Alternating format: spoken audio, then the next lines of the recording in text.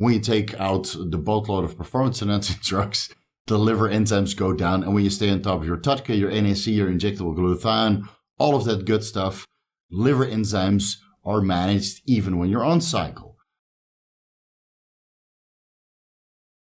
Moving over to the serum lipids. Keep in mind that I discontinued the citrus bergamot, I discontinued the ezetimibe, and even though I still take fish oil and do my daily fasted cardio, my serum lipids are slowly getting worse. And I also excluded the anabolic androgenic steroids. So I'm not exactly sure if there's like a discontinuation compensatory effect of taking the citrus bergamot and the ezetimibe out. I'm still on berberine, but in this case, the berberine and the fish oil and the daily fasted cardio is not sufficient to keep my HDL and LDL levels in range. And it's actually getting worse, I would say. Now, I remember that I also promised you guys that I would also check my very low density lipoprotein as well as my apolipoprotein A, apolipoprotein B, and my lipoprotein little a levels. But I completely forgot. My sincere apologies. I will check them next time at the end of April, beginning of May when I come back from holiday. Because with these worsening lipid levels, I should check my VLDL, ApoA, ApoB, and LP little a levels again, right? Without the ezetimibe and the testosterone in the picture, these levels are surely going up. I want to ask you guys, should I keep going with the exact same protocol without the citrus bergamot, but with the fish oil and the berberine? Or based on these serum lipids, would you say, Steve, please add in the citrus bergamot because otherwise you're going to get coronary plaque buildup, even though you're always in a low inflammatory state? Okay, I'll leave it up to you guys. Please post it down below in the comment section. Cholesterol stayed pretty much the same, 193 to 190 milligrams per deciliter. Triglycerides came down 53 to 45 milligrams per deciliter, a reduction of 15%. Again, fasting can increase triglyceride levels in sedentary people, but in my case, my triglycerides are usually low at, the bottom of the below the reference range.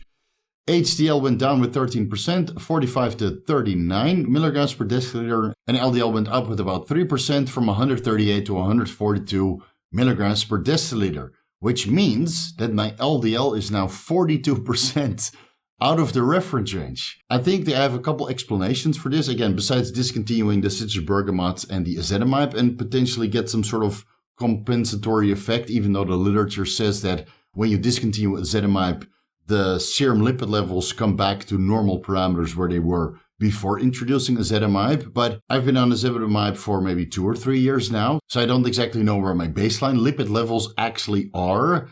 I'm also getting older, obviously, and even though I take HCG, which is known to improve lipid parameters, it could just mean that I'm not eating enough dietary fat. Again, I've been restricting calories for quite a long time now, ever since I got a little bit too fat for comfort in America when I went there for holiday to visit the Olympia and Disneyland and doing a lot of fun stuff in Las Vegas. I gained a little bit of chunk. And ever since then, I've been kind of dieting since the beginning of this year with high protein intake, as you guys could see from my elevated blood urea and nitrogen levels.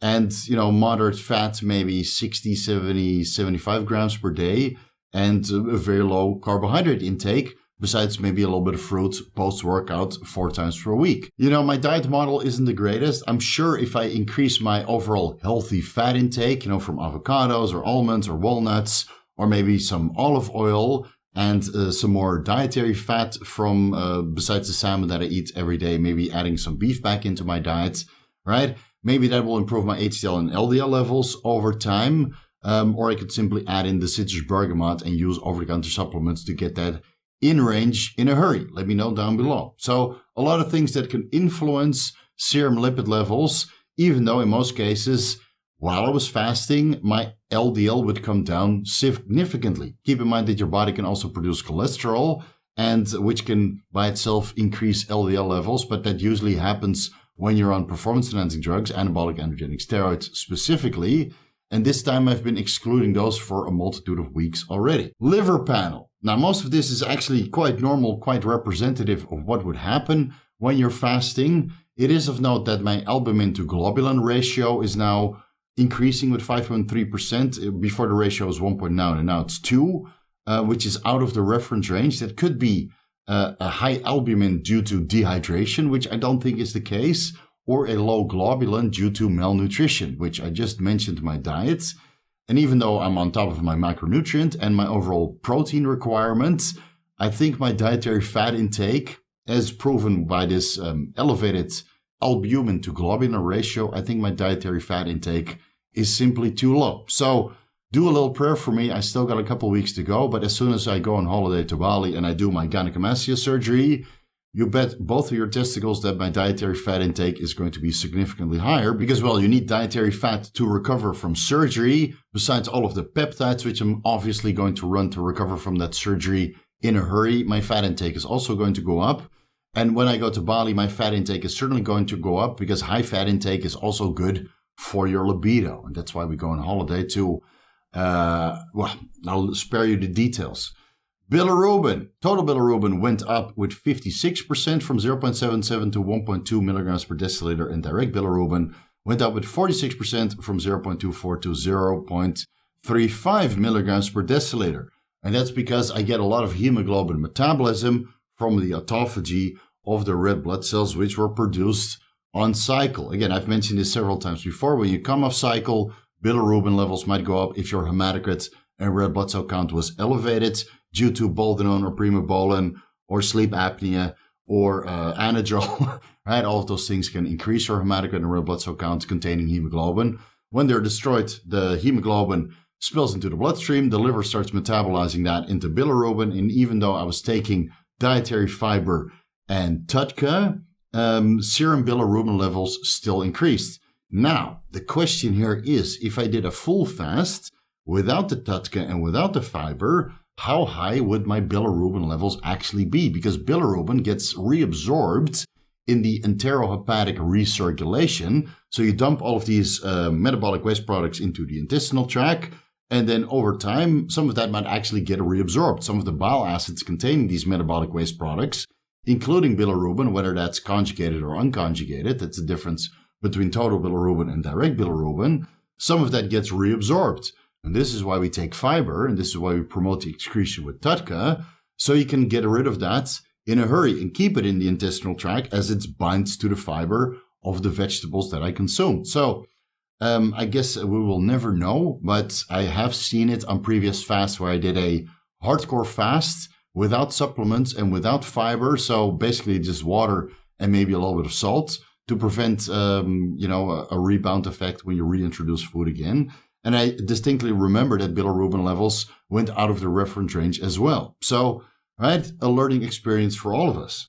Liver enzymes went down less than expected, but still went down. AST went down with 17% from 42 to 35 units per liter, and ALT went down with 31% from 35 to 34 units per liter. So this is pretty much within the reference range. So this indicates normal liver enzymes. Again, when you stop training, liver enzymes go down. When you take out the boatload of performance-enhancing drugs, the liver enzymes go down. And when you stay on top of your TUDCA, your NAC, your injectable glutathione, all of that good stuff, liver enzymes are managed even when you're on cycle. Alkaline phosphatase, pretty much the same, nothing to report here. And gamma GT levels went down with 10% from 10 to 9 IUs per liter.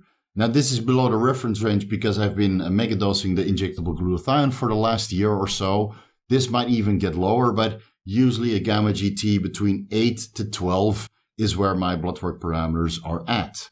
Nothing alarming there. It's just normal for me to have low gamma GT levels because I'm always on top of my health supplements. Iron levels. Again, I mentioned that red blood cells are destroyed, that hemoglobin content goes up, and as the hemoglobin is metabolized into bilirubin within the liver, it liberates or releases its iron content. Yes, hemoglobin contains iron. That's how your red blood cells actually bind and store and hold oxygen. For that, you need iron. Iron levels increased with 26% from 121 to 152 micrograms per deciliter. Again, it's very normal for iron levels to come up while you're fasting. Even ferritin might come up while you're fasting, but that kind of depends on how much iron is released from the hemoglobin or maybe from tissue that also stores iron, right? Ferritin stores iron either in the bloodstream or in the actual tissue. And when there's a lot of autophagy occurring, some of this ferritin from the tissue can actually end up in the bloodstream, or maybe ferritin is now produced to a higher extent in the liver because serum iron levels are coming up, because it's also dumping into the bloodstream, right? So a lot of co-reasons while you're fasting, but it is very normal for ferritin and serum iron levels to come up. Ferritin went up at 45% from 212 to 308 nanograms per milliliter, all within normal parameters, but higher than before.